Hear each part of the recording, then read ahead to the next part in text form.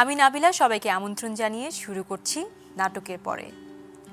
আগামী কয়েক সপ্তাহ জুড়ে উজান গাঙের নাইয়ার প্রতিটি পর্বে মা, শিশু স্বাস্থ্য, পুষ্টি ও পরিচর্যা নিয়ে কথা বলবো আমন্ত্রিত চেনা অচেনা বিভিন্ন অতিথিদের সঙ্গে এবং আপনাদেরকেও তা জানানোর চেষ্টা করব।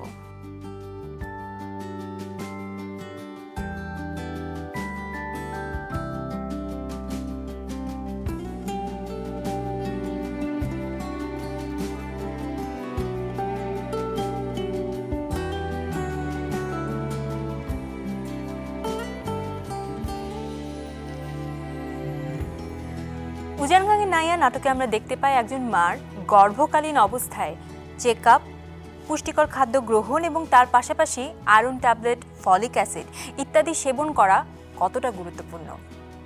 আজকে সে বিষয়ে আমরা কথা বলবো। কথা হবে উজান গাঙের নাইয়া নাটকের একজন শিল্পী, একজন গর্ভবতী মা ও তার পরিবারের সদস্য এবং সেই সঙ্গে থাকবেন একজন বিশেষজ্ঞ ডাক্তার। প্রথমেই ডেকে নিচ্ছি উজান গাঙের নাইয়া নাটকে মৌসুমী চরিত্রে যিনি অভিনয় করেছেন তাকে। আসছে মৌসুমী হামিদ। কেমন আছো আপু? খুব ভালো আছি মৌসুমী, তুমি কেমন আছো? আমি ভালো আছি। মৌসুমী, আজকে আমরা যে বিষয় নিয়ে কথা বলছি সেটি হচ্ছে যে একজন গর্ভবতী মায়ের পুষ্টিকর খাদ্য গ্রহণ এবং সেই সঙ্গে আনুষঙ্গিক কি আয়রন ট্যাবলেট কিংবা ফলিক অ্যাসিড তার শরীরের অবস্থা বুঝে কি সেবন করা প্রয়োজন সে বিষয়ে কথা বলবো। তবে তার আগে উজান গাঙের নাইয়া নাটকের একটি অংশ দেখে আসি। চলুন দর্শক দেখে নেই উজান গাঙের নাইয়া নাটকের একটি দৃশ্য।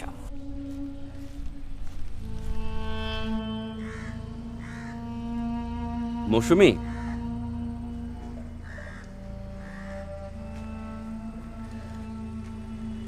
আপনার চেক আপ কেমন হলো? সব কিছু ঠিকঠাক আছে।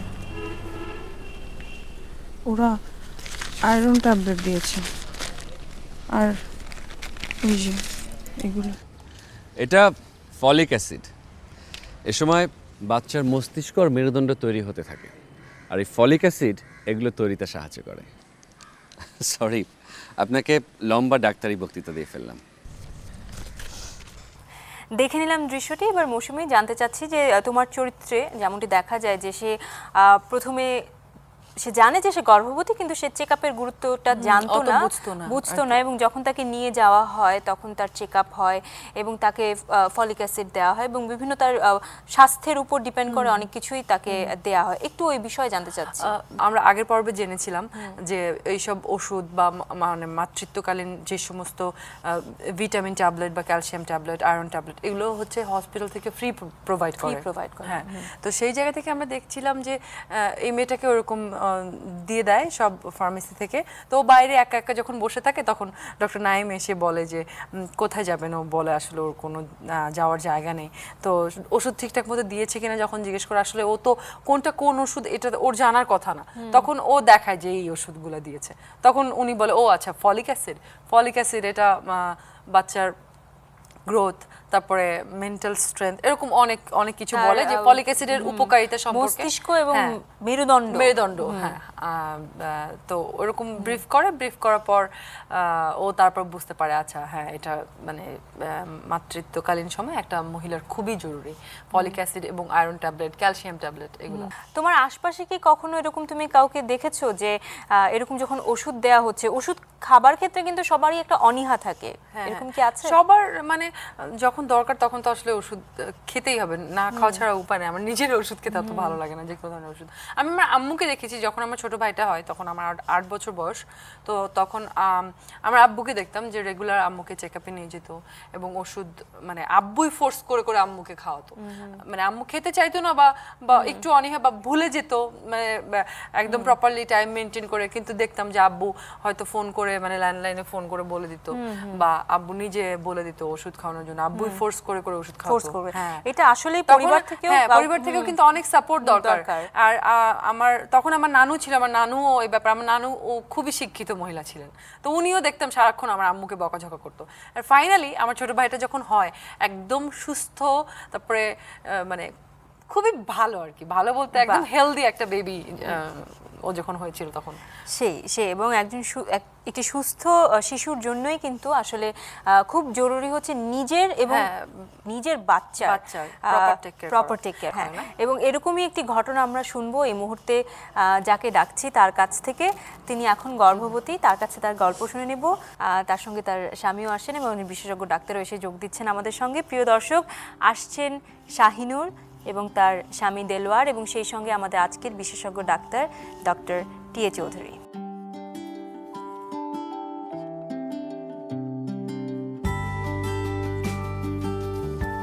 আসেন। ভালো আছে? ভালো আছে শাহিনুর আপা, আপনি কেমন আছেন? জি ভালো আছি। নিজের যত্ন নিচ্ছেন? খাবার দাবার ঠিক মতো খাওয়া হচ্ছে? জি খাবার খুব ভালোই ভালো হচ্ছে। চেক আপে যখন গিয়েছিলেন তখন ডাক্তার আপনাকে কি কি ওষুধ দিয়েছিল? ডাক্তারে আয়রন, ক্যালসিয়াম আর ভিটামিন দিছে।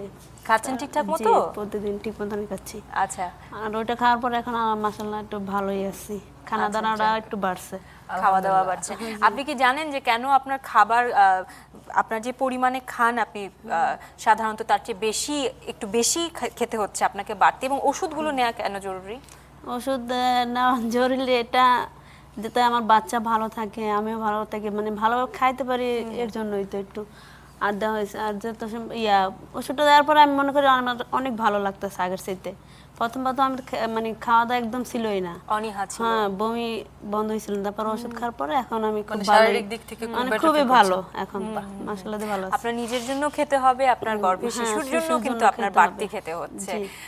এবং আপনার কাছে জানতে চাচ্ছি আপনি কতটা সহযোগিতা করেন খাবার খাওয়ানোর ক্ষেত্রে এবং ওষুধগুলো যাতে সময় মতো নেয়? আমি চেক আপের জন্য স্বাস্থ্যকেন্দ্র নিয়ে গেছিলাম বাহ, সাথে থেকে, বাহ। যেমন চেক আপটা করে আবার নিয়ে আসছি। আবার বাসায় ভালো শাক সবজি, মানে যেমন ফলমূল যাতে মানে সুস্থ থাকে, বাচ্চা সুস্থ থাকে, এই জন্য যত্ন নিতেছি। বাহ, স্যার আপনার কাছে এবারে আসতে চাচ্ছি। হ্যাঁ, ঠিক আছে, আপনি তো খুব ভালো কাজ করছেন, আপনার ওয়াইফকে নিয়ে যাচ্ছেন চেক আপের জন্য।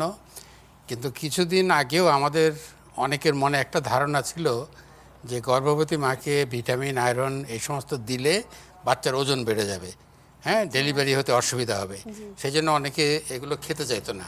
তা আপনারা এটা বিশ্বাস করেন এখন? জি না, না, তাহলে আমরা এটা বাচ্চার উপকারের জন্য, এটা বাচ্চা বড় হবে না, বাচ্চা যাতে সব মানে ভালো থাকে নিউট্রিয়েন্টগুলো সবগুলো পায়, ভালো থাকে, ভালোভাবে গড়ে ওঠে, সেই জন্য এটা দেওয়া। তা আপনারা তো প্রায় শোনেন যে আয়রন আর ফলিক অ্যাসিড। এখন ব্যাপারটা কি আয়রন আর ফলিক অ্যাসিড? আয়রনটা হলো যে শরীরে রক্ত তৈরি করার একটা উপাদান, জি তাই তো? এখন এই উপাদানটা যদি যখন আপনার শরীরে আপনার বাচ্চাটা বড় হচ্ছে তখন তারও তো শরীরে রক্ত তৈরি করতে হবে, জি তো সে আয়রনটা পাবে কোথায়? আয়রনটা নেয় আপনার শরীর থেকে। জি এখন এইটা যদি পূরণ না করেন আপনি, আয়রন না খেয়ে, তখন যেটা হবে যে আপনার রক্তশূন্যতা হয়ে যাবে। এবং রক্তশূন্যতা হয়ে গেলে অনেক রকম অসুবিধা, শ্বাসকষ্ট হয়, বাচ্চা গ্রো করার সময় অসুবিধা হয়, আপনি চলাফেরা করতে কষ্ট হয়, তাই না? এবং যদি ডেলিভারির সময় কোনো কারণে আপনার রক্তপাত হয়, তাহলে যারা রক্তশূন্য তারা কিন্তু এই রক্তপাতটা সহ্য করতে পারে না, তাদের জীবন নিয়ে টানাটানি হয়ে যায়। তো সেই জন্য আয়রনটা খাওয়া প্রয়োজন। এক সপ্তাহে মানে প্রত্যেক দিন যদি 2 বার করে আয়রন ট্যাবলেট খাওয়া যায় তাহলে কিন্তু শরীরে যেটুকু আয়রনের চাহিদা সেটা পূরণ হয়ে যাবে। আর ফলিক অ্যাসিড যে জিনিসটা, সেটা হলো যেটা একটা ভিটামিন, হ্যাঁ, এটা কিন্তু রক্ত তৈরির কাজেও লাগে। এটা মানে যেমন হিমোগ্লোবিন তৈরি করতে গেলে, রক্ত তৈরি করতে গেলে ফলিক অ্যাসিডও একটা উপাদান। আরেকটা ইম্পর্টেন্ট উপাদান হলো যে এটা ব্রেনের সঠিক ডেভেলপমেন্টে সাহায্য করে। তো এখানে যদি ফলিক অ্যাসিডের অভাব হয় তাতে কিন্তু বাচ্চার ব্রেনে প্রবলেম হতে পারে। তো ফলিক অ্যাসিডও কিন্তু পাওয়া যায় শাকসবজির মধ্যে, পাওয়া যায়, কিন্তু আমাদের অসুবিধা হলো যে আমরা যেভাবে রান্না করি ওই ফলিক অ্যাসিড পুরাটাই নষ্ট হয়ে যায় গরমে। যারা সালাদ খায়, বিদেশে দেখেন না, খালি তরি তরকারি খায়, তো সপ্তাহে 1 দিন কি 2 দিন, তো ওটা খেলে ওর ভিতর থেকে তারা ভিটামিনটা পায়, কিন্তু আমরা পাই না, আমাদের ভিটামিনটা নষ্ট হয়ে যায়। সেই জন্য আমাদের বাইরে থেকে ভিটামিনটা খেতে হবে। তো এই ফলিক অ্যাসিড আমরা যে পরিমাণে খাই, মানে দরকারের চেয়ে অনেকটা বেশিই খাই, যাতে কোনো সময় অভাব না হয়। সস্তা ওষুধ, আর আজকাল তো কিনতেও হয় না, বেশিরভাগ সরকারি প্রতিষ্ঠান থেকেই দেওয়া হয়। তাহলে এই 2টা ওষুধ প্রত্যেক মায়েরই অবশ্যই খাওয়া উচিত। এটা বাচ্চার সাইজ বাড়ায় না যে ডেলিভারির সময় অসুবিধা হবে। জি না। হ্যাঁ, এটা বাচ্চার যাতে শরীরে অভাব না থাকে, বাচ্চা যাতে সুস্থভাবে গড়ে উঠতে পারে, সেই জন্য এই উপাদানগুলি দেওয়া, এবং প্রত্যেকটি মায়েরই এটা খাওয়া উচিত। শাহিনুর, আপনার কিছু জানবার আছে আমাদের বিশেষজ্ঞ ডাক্তারের কাছ থেকে? উনি একটু আগে বলছিলেন আমাকে যে ওনার আমার একটু মাঝে ব্লাড মাঝে প্রেশারটা blood বেড়েছে। হ্যাঁ, pressure-টা বাড়ে। এই ব্লাড প্রেশার বাড়াটা কিন্তু প্রেগন্যান্সিতে খুব খারাপ জিনিস।